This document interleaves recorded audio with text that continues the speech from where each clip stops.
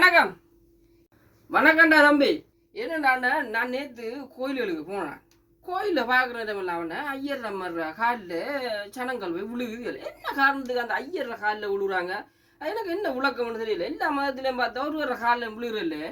இந்த நம்மளோட இந்த சைவ மதத்தில் மட்டும்தான் இந்த ஐயர் காலில் விழுறாங்க. என்ன காரணமாக இருக்குமென்னு நீ கேட்ட கேள்வி சரியான கேள்வி. உண்மையிலேயே ஒரு கோயிலுக்குள்ள நம்ம போனோம்னு சொன்னா அந்த கோயிலுக்குள்ள இறைவனை தவிர வேற ஒருவனும் பெருசில்லை. ஐயர் மர்ற காலில் மனுஷன் விழுகிறது பிழை. அந்த கோயிலுக்குள்ள மூர்த்தியா இருக்கிற இறைவன் மட்டும்தான் பெரியார். அவரோட காலில் தான் விழணும். இந்த மனுஷன் காலில் விழணும்னு சொல்லி அவசியம் இல்லை. அந்த பிழைய முன்னோராக்கள் சொல்லி கொடுக்கல. வழுகவர்க வந்ததுக்கு பிறகுதான் இந்த காரணம் அதை சொல்லி கொடுக்கணும். யாருன்னு சொன்னா அந்த மத வழிபாட்டு குருக்கள் சொல்லி கொடுக்கணும். அதை சொல்லி கொடுக்க தவிர்த்துட்டாங்க. இதை சொல்லி கொடுக்கணும்னு சொல்லி நான் நிறைய பேர்கிட்ட சொல்லியிருக்கேன் தம்பி. ஆனால் அதை ஏற்றுக்கல இல்லை.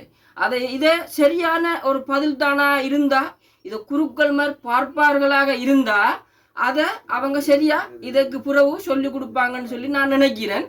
அதை பிள்ளையா இருந்தா எனக்கு நீங்க சொல்லித்தாங்க. சரியா இருந்தா அதை ஏற்றுக்கொள்ளுங்க. சரியா இருந்தா லைக் ஒன்று பண்ணுங்க, ஷேர் ஒன்று பண்ணுங்க, கமெண்ட் ஒன்று பண்ணுங்க, ஃபாலோ பண்ணுங்க, எனக்கு சப்போர்ட் தாங்க. ஓகே.